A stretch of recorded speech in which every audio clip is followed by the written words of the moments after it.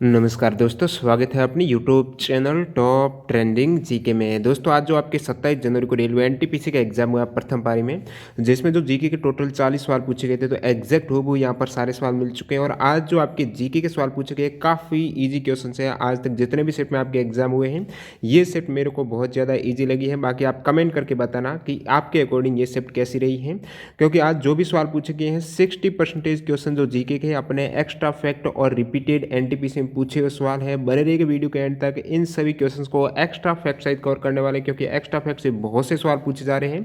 इसकी PDF file के लिए डिस्क्रिप्शन बॉक्स में टेलीग्राम चैनल की लिंक है, जरूर ज्वाइन कर लेना। और इसकी सेकंड शिफ्ट है, दोनों के एक साथ आपको पीडीएफ फाइल वो टेलीग्राम पर मिल जाती है। और इन सभी कैंडिडेट का बहुत बहुत धन्यवाद जिन्होंने रियल और ऑथेंटिक सवाल है वो टेलीग्राम पर सेंड किए हैं। आप भी अपने शिफ्ट में पूछे गए सवाल सेंड कर सकते हो। इसके लिए आपको टेलीग्राम से जुड़ना होगा। सारे सवाल देखें। इससे पहले मैं आपको बता दूं, जिन भी कैंडिडेट का भी एनटीपीसी का एग्जाम नहीं हुआ है या फिर वो रेलवे ग्रुप डी के एग्जाम की तैयारी करें, तो आपको डेली एक मॉक टेस्ट जरूर लगाना है। क्योंकि डेली मेरे को बहुत से कैंडिडेट मैसेज करते हैं कि हमारे सवाल एग्जाम में मिस हो जाते हैं क्योंकि आपने प्रैक्टिस नहीं की है। तो यहाँ पर टेक्स्ट बुक आपके लिए लेके आया है एक धमाकेदार ऑफर, जहाँ पर आपको 299 रुपये में, यहाँ पर भी यदि आप TTG के कूपन कोड अप्लाई करोगे तो आपको एक्स्ट्रा 30 रुपये का और डिस्काउंट मिल जाएगा। तो 299 माइनस 30 रुपये में आपको मिल रहा है 100 प्लस एग्जाम्स की 12,000 अनलिमिटेड मॉक टेस्ट, वो भी 1 वर्ष की वैलिडिटी में। जो भी आप एग्जाम की तैयारी करें सारे मॉक टेस्ट यहाँ पर अवेलेबल हैं। तो डिस्क्रिप्शन बॉक्स में दी गई लिंक से आप एनरोल कर सकते हो। ग्रुप डी के 170 प्लस मॉक टेस्ट, अभी जो आपके एनटीपीसी के एग्जाम चल रहे हैं उसके स्मृति आधारित मॉक टेस्ट भी वहाँ पर अपडेट कर दिए गए हैं। तो इस प्रकार सारे एग्जाम के मॉक टेस्ट अवेलेबल है और TTG के से आपको एक्स्ट्रा डिस्काउंट मिल जाएगा। ज़्यादा जानकारी के लिए आप डिस्क्रिप्शन बॉक्स जरूर चेक कीजिएगा। तो चलिए यहाँ पर कंटिन्यू कर लेते हैं। पहला सवाल देखिएगा, शंघाई सहयोग संगठन है उसका स्थापना कब हुई है? तो इसकी स्थापना हुई है दोस्तों 2001 में। 15 जून 2001 को शंघाई सहयोग संगठन की स्थापना हुई है। हेडक्वार्टर बीजिंग चाइना में है। और इसकी जो आधिकारिक भाषा है वो रशिया और चाइनीज हो जाएगी। सदस्य देश 8 हैं। एग्जाम में पूछा हुआ सवाल है, सदस्य देश है वो कितने हैं और वर्तमान में इसके सदस्य देशों में कौन से देश है? तो कजाकिस्तान, जो 8 देश हैं, कजाकिस्तान, चाइना, किर्गिस्तान, ताजिकिस्तान है। फिर आपके उज्बेकिस्तान है, भारत और पाकिस्तान है। देखिए, जो शंघाई सहयोग संगठन है SCO है, इससे रिलेटेड बहुत ज़्यादा इंपॉर्टेंट फैक्ट ये हैं कि भारत और पाकिस्तान इसमें कब शामिल हुए। तो भारत और पाकिस्तान है वो 2017 में। एग्जाम में जरूर सवाल आएगी क्योंकि ये सवाल पूछा हुआ है। तो इस संगठन के पूर्ण सदस्य का दर्जा 2017 में दिया गया है। और SCO के यहाँ पर करंट अफेयर्स की बात करूँ तो 2019 में, 19वां जो SCO शिखर सम्मेलन 2019 में हुआ है वो कहाँ पर हुआ? तो वो किर्गिस्तान की राजधानी बिश्केक में हुआ है। और 20वां समिट है ये रशिया में होने वाला था, लेकिन बाद में वीडियो कॉन्फ्रेंसिंग के जरिए हुआ है कोविड-19 के कारण। नेक्स्ट 2021 में जो होने वाला है वो ताजिकिस्तान में होगा। ये शंघाई सहयोग संगठन का जो शिखर सम्मेलन है। बाकी आपके पूछा गया था इसकी स्थापना कब हुई है, रिपीटेड सवाल है। अगला सवाल देखिएगा, which fluid is present between joint. ये नया सवाल पूछा गया है कि चल जोड़ों पर दो हड्डियों के बीच पाए जाने वाले स्नेहक दरों को क्या कहा जाता है? तो जॉइंट रहता है, हड्डियों के मध्य जो स्नेहक दरों रहता है जो घर्षण को कम कर देता है। तो ये आपको पूछा गया था। तो इसका आंसर हो जाएगा साइनोवियल फ्लूइड हो जाएगा, जो कि जॉइंट के मध्य रहता है। अगला सवाल देखिएगा, 2019 के लोकसभा चुनाव में बीजेपी ने कितनी सीट जीती थी? इससे पहले एग्जाम में आया था कि 2019 के लोकसभा चुनाव में कौन सी लोकसभा की चुनाव है, तो उसमें मैंने बताया था एक्स्ट्रा फैक्ट में बीजेपी ने कितनी जीती थी, एनडीए में कितनी सीट है। तो एनडीए में यहाँ पर टोटल 353 सीट थी उस समय। 303 सीट बीजेपी ने जीती थी। टोटल 543 सीटों पर वोट होना था, लेकिन एक सीट पर नहीं हुआ। तो 542 सीटों पर 7 चरणों में मतदान हुआ है। और कौन सी सीट पर नहीं हुआ, यहाँ से सवाल बन सकता है। तो तमिलनाडु की वेलोर सीट पर धन बल के भारी पैमाने पर इस्तेमाल की शिकायतों के आधार पर आयोग ने इस सीट पर अनिश्चित काल के लिए मतदान है वो स्थगित कर दिया था। तो बीजेपी यहाँ पर 303 सीट हैं। आईएनसी की बात करूँ, कांग्रेस की 52 सीट है। पूछा जा सकता है तीसरे नंबर पर कौन सी पार्टी रही, तो वो रही है DMK, 23 सीट है। SSC एग्जाम में ये सवाल पूछा हुआ है, तीसरे नंबर पर कौन सी पार्टी रही है। वोट शेयर की बात करूँ तो बीजेपी की यहाँ पर 37.36% है। अगला सवाल देखिएगा, पहली बार विश्व कप में ओवरों को कम करके 50 ओवर किस वर्ष किया गया है? तो 50 ओवर है, पहले ज़्यादा ओवर थे 60 थे, तो 50 ओवर किए गए हैं वो 16 मार्च 1977 को किए गए हैं। और प्रथम जो 50 ओवर का अंतर्राष्ट्रीय मैच हुआ है वो वेस्ट इंडीज़ और पाकिस्तान के मध्य हुए हैं 1977 में गुआना में हुआ है। और बात करूं कुछ इंपॉर्टेंट फैक्ट की क्रिकेट से, आने वाले शिफ्ट के लिए बहुत ज़्यादा इंपॉर्टेंट है कि प्रथम ODI मैच कब हुआ अंतर्राष्ट्रीय? तो प्रथम वनडे इंटरनेशनल जो मैच हुआ है वो 5 जनवरी 1971 को ऑस्ट्रेलिया और इंग्लैंड के मध्य हुआ। कहाँ पर हुआ? तो ये मेलबोर्न क्रिकेट ग्राउंड में हुआ है। तो शुरुआत में ओडीआई में 50 की जगह 60 ओवर होते थे, बाद में ये 50 ओवर का हो गया। बात करूं प्रथम अंतर्राष्ट्रीय टेस्ट मैच, ये तो ओडीआई होगा, तो टेस्ट मैच हुआ है वो 1877 में हुआ है, इंग्लैंड और ऑस्ट्रेलिया के मध्य है। कब हुआ है और किन के मध्य हुआ है जरूर देख लेना। कहाँ पर हुआ है? ये भी Melbourne cricket ground Victoria Australia में हुआ है। अब देखिए ये बहुत ज़्यादा इंपॉर्टेंट है, प्रथम डे नाइट मैच है ये, क्योंकि करंट अफेयर से आप कह सकते हो। ऑस्ट्रेलिया और न्यूजीलैंड के मध्य हुआ है, प्रथम डे नाइट मैच है। हुआ कब है? तो दिसंबर 2015 में हुआ है। कहाँ पर हुआ? तो ये आपके एडिलेड ओवल ऑस्ट्रेलिया में आयोजित हुआ है। बात करूं प्रथम मेंस अंतर्राष्ट्रीय टी20 मैच का, तो प्रथम टी20 मैच हुआ अंतर्राष्ट्रीय वो 2005 में ऑस्ट्रेलिया और न्यूजीलैंड के मध्य हुआ है। देखिए ये तो आपके विमेन का हो गया, लेकिन सॉरी मेंस का हो गया, लेकिन विमेन का इससे ही पहले हो गया था। टी20 जो अंतर्राष्ट्रीय मैच है वो 5 अगस्त 2004 को हो गया था, इंग्लैंड और न्यूजीलैंड की महिला खिलाड़ियों के मध्य। ये तो हो गया आपके अंतर्राष्ट्रीय। अब आपको ये भी पता होना चाहिए भारत के प्रथम ओडीआई, प्रथम टेस्ट, प्रथम टी20 किन के मध्य हुआ? तो प्रथम ओडीआई जो भारत का हुआ है वो आपके हुआ है 13 जुलाई 1974 को इंग्लैंड के खिलाफ हुआ था। और भारत का प्रथम टेस्ट मैच हुआ है वो भी इंग्लैंड के खिलाफ 1932 में हुआ है, लंदन में हुआ था, लॉर्ड्स में। और भारतीय क्रिकेट टीम का प्रथम टी20 है ये 2006 को दक्षिण अफ्रीका के खिलाफ हुआ था, वांडर्स स्टेडियम दक्षिण अफ्रीका में हुआ था। अब देखते हैं अगला सवाल है कि 1919 में अखिल भारतीय खिलाफत सम्मेलन कहाँ पर हुआ था? तो दोस्तों ये भी रिपीट हुआ सवाल, इससे पहले एग्जाम में जो पूछा गया था, जो आपकी खिलाफत आंदोलन हुआ था उसमें मैंने एक्स्ट्रा फैक्ट में बताया था कि प्रथम अखिल भारतीय खिलाफत सम्मेलन कहाँ पर हुआ था। तो आज ये पूछ लिया है, बाकी टेलीग्राम पर भी मैंने डाला इसका स्नैप। तो 1919 में अखिल भारतीय खिलाफत सम्मेलन कहाँ पर हुआ है? तो ये आपके दिल्ली में हो जाएगा। अखिल भारतीय खिलाफत कमेटी का पहला सम्मेलन 24 नवंबर 1919 को महात्मा गांधी की अध्यक्षता में कहाँ पर? दिल्ली में हुआ था। बात करूँ खिलाफत समिति का गठन कहाँ पर हुआ? तो ये बम्बई में हुआ है मार्च 1919 में। और खिलाफत आंदोलन की बात को तो इसकी शुरुआत है, एग्जाम में पूछा जाता है, तो मोहम्मद अली और शौकत अली बंधुओं ने की थी मार्च 1919 से ये 1924 को खत्म हुआ था। इसका कारण भी एग्जाम में पूछा हो, तो खिलाफत से प्रत्येक कोई भी डिटेल है, सारी डिटेल्स यहाँ पर सवाल बन गए हैं। तो कारण है तुर्की खलीफा के पद को पुनः स्थापित करना। और सितंबर 1920 में महात्मा गांधी जी ने कांग्रेस के कोलकाता अधिवेशन में इनका समर्थन किया था खिलाफत आंदोलन का। अगला सवाल देखिएगा, जैरसप्पा जलप्रपात को अन्य किस नाम से जानते हैं? या फिर इसका उल्टा पूछा कि जोग जलप्रपात का अन्य नाम क्या है? तो ये जैरसप्पा जलप्रपात हो जाएगा, जो कि कर्नाटक में शरावती नदी पर स्थित है। जीएसटी किस प्रकार का टैक्स है? ये भी एग्जैक्ट रिपीट हुआ एनटीपीसी, तो जीएसटी हो जाएगा इनडायरेक्ट टैक्स हो जाएगा, गुड्स एंड सर्विस टैक्स है। लागू हुआ है 1 जुलाई 2017 से। भारत के कौन से संविधान संशोधन के तहत? ये अधिनियम है 101वां संशोधन अधिनियम।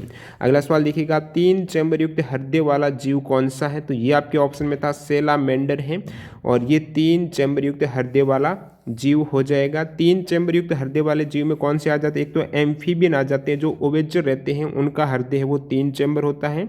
और एक कौन से होते हैं?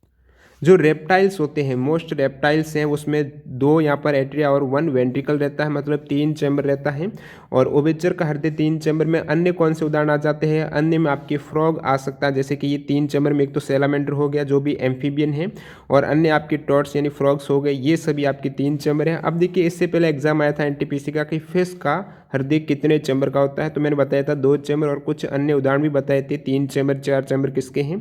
तो यहाँ पर बात करूँ क्रोकोडाइल बहुत बार पूछा जाता है। क्रोकोडाइल हो गए, अपन ह्यूमन है, बर्ड्स हैं, इनके 4 चैम्बर होते हैं हृदय में, 2 चैम्बर में ये आ जाएंगे आपके, और 3 चैम्बर का जो आज आपके पूछा गया था। नेक्स्ट वन देखिए, आपके उड़ीसा का लिंगराज मंदिर किस वास्तुकला में निर्मित किया गया है? तो ये आपकी कलिंगा आर्किटेक्चर हो जाएगी, वास्तुकला है कलिंग वास्तुकला। और इस मंदिर का निर्माण है वो ययाति केसरी जो कि सौम्यवंशी वंश से संबंधित है, साम्राज्य से है। 11वीं शताब्दी में इन्होंने बनाया है ययाति केसरी ने। ये मंदिर कहाँ पर है? तो उड़ीसा भुवनेश्वर में स्थित है। भगवान शिव को समर्पित एक हिंदू मंदिर है। मिशन शक्ति क्या है? अब आप कमेंट करके बताना कि मिशन शक्ति से क्या पूछा गया है। यदि ये एंटी सैटेलाइट वाला पूछा गया है, या फिर एक अभियान भी है मिशन शक्ति वो पूछा गया है। ये एंटी सैटेलाइट वाला मैं तो एक्स्ट्रा फैक्ट में कवर कर दिया था। इससे पहले एग्जाम आया था आपके एनटीपीसी में कि भारत उपग्रह रोधी मिसाइल क्षमता वाला कौन सा राष्ट्र बन गया है? चौथा राष्ट्र बन गया है। उसमें ये बताया था कि इस मिशन का नाम रखा गया था मिशन शक्ति, जो कि 27 मार्च 2019 को भारत ने मिशन शक्ति नामक ऑपरेशन कोड के दौरान एक एंटी सैटेलाइट हथियार वेपन का परीक्षण किया है।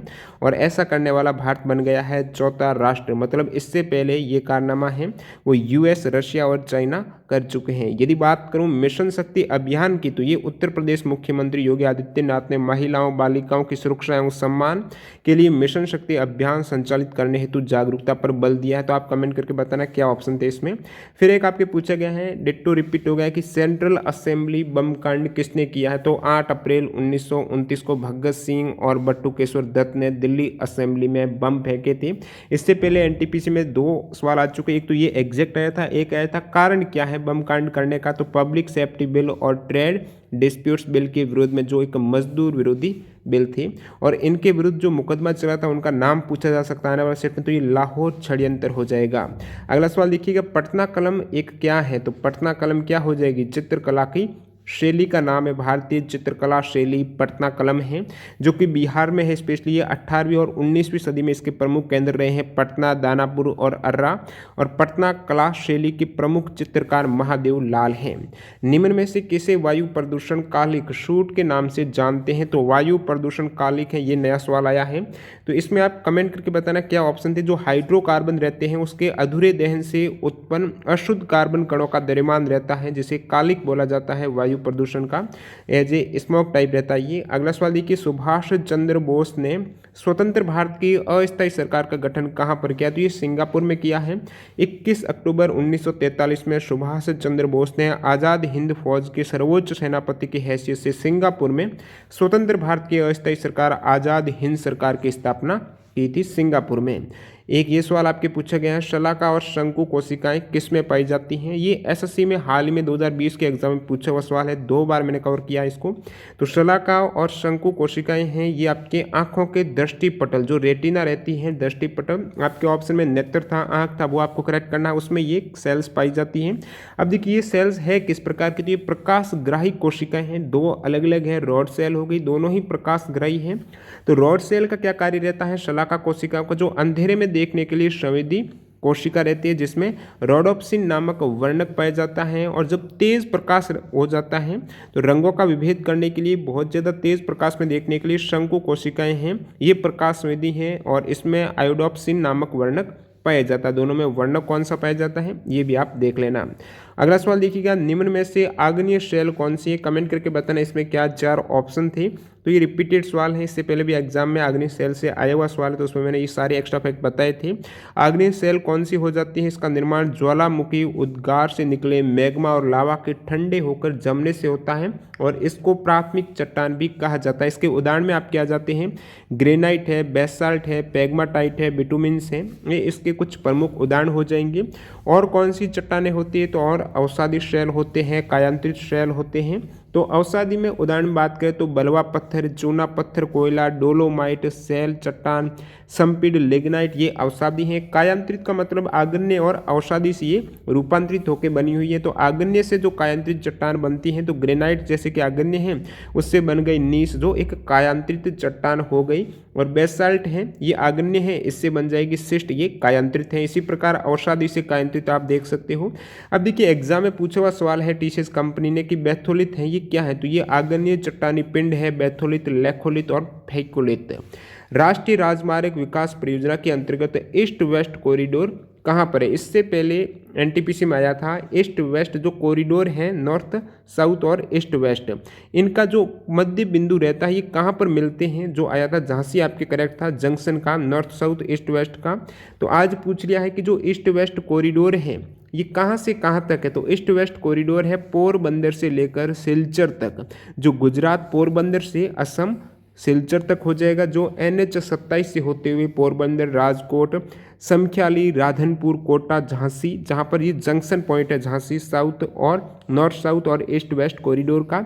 तो ये सारे यहाँ से लास्ट जो स्थान है ईस्ट वेस्ट कॉरिडोर का वो सिलचर असम हो जाएगा। 3300 किलोमीटर इसकी लेंथ है, झांसी जंक्शन हो जाएगा। और बात करूं बाकी वाला जो आपके नॉर्थ साउथ कॉरिडोर है, इसका डिस्टेंस है 4000 किलोमीटर।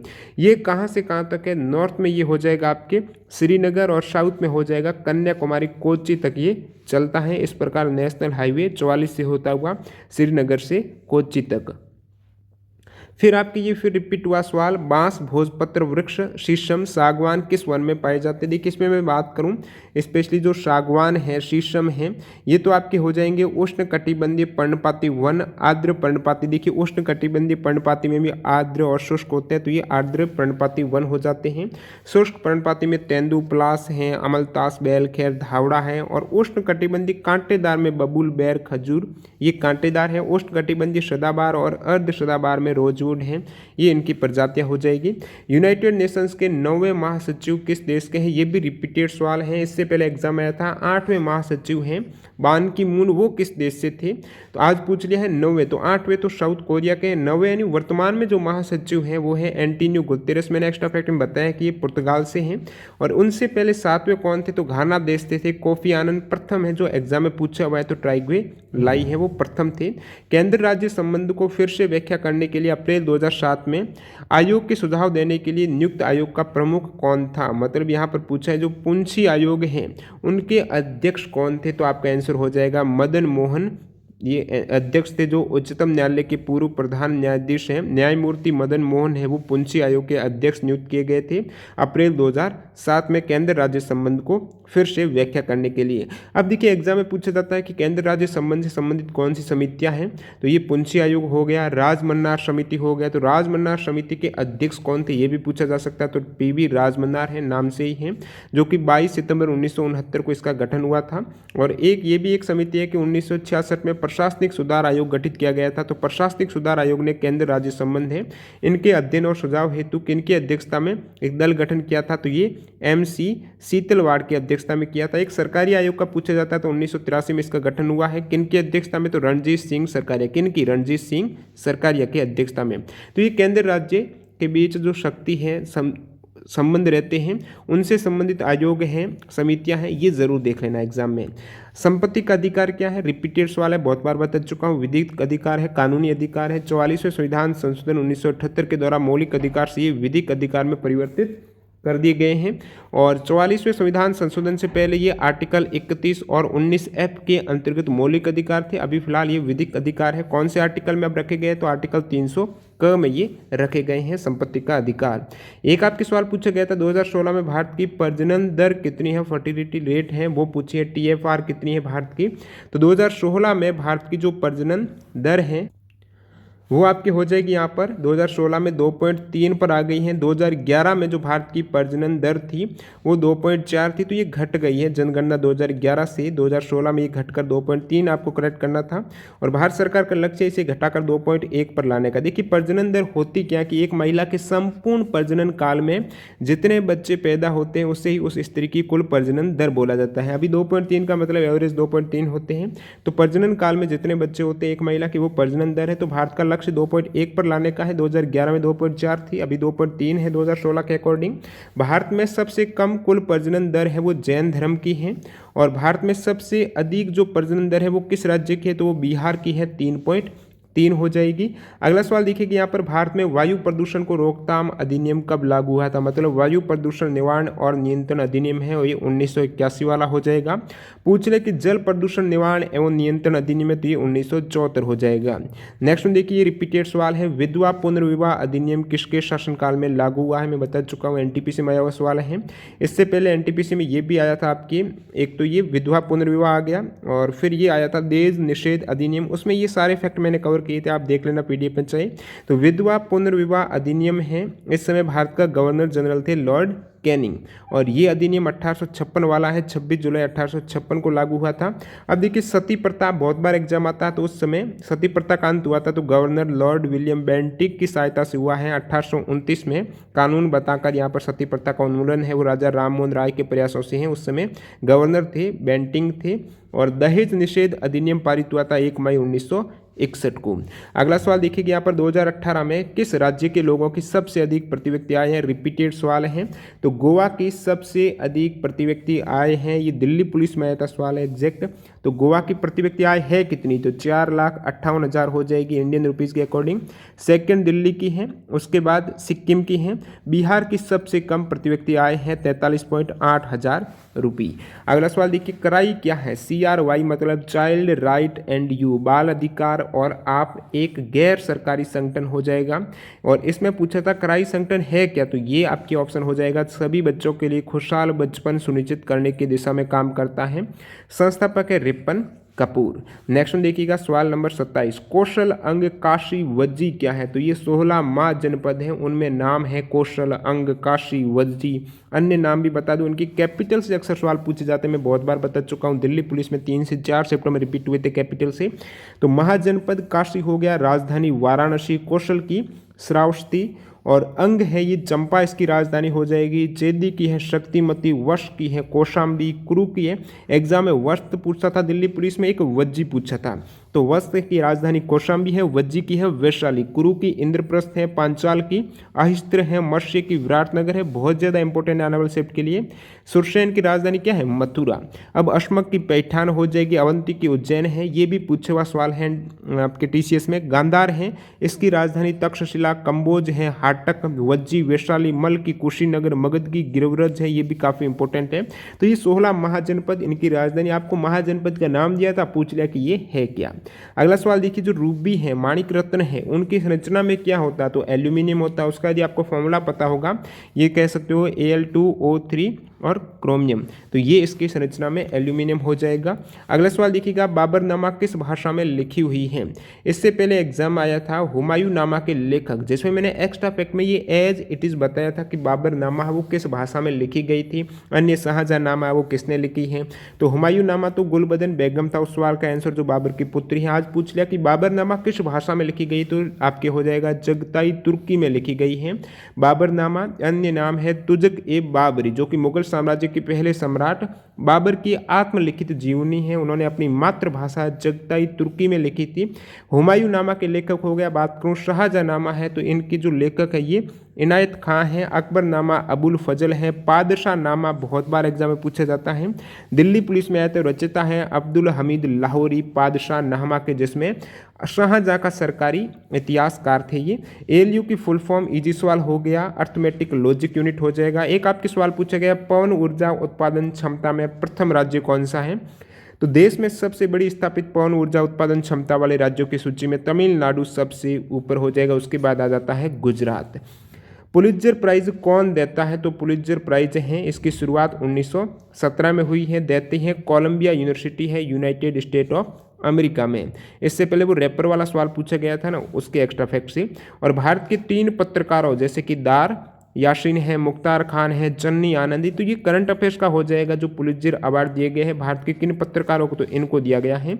नेक्स्ट में देखिए, किस देश के सरकार ने 2019 में जलवायु परिवर्तन कार्रवाई के लिए दुनिया की पहली अंडर वाटर, पानी के नीचे कैबिनेट बैठक है वो आयोजित की थी, तो मालदीव सरकार। आपको मालदीव करेक्ट करना था। ये अच्छा सवाल, नया सवाल पूछा गया है।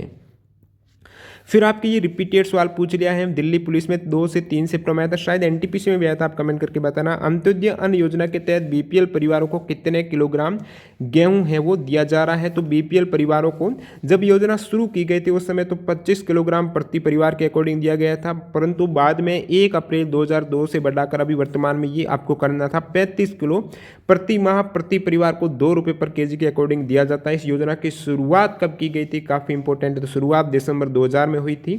अगला सवाल देखिए यहाँ पर सवाल नंबर, और ये किनको दिया जाता है, जो बीपीएल में भी बीपीएल है ना एक तरीके से, तो इस योजना में जो लाभ मिलता है वो सबसे ज़्यादा गरीब परिवारों को हर महीने बीपीएल के अंदर बीपीएल है उनको अंत्योदय अन्न योजना के तहत।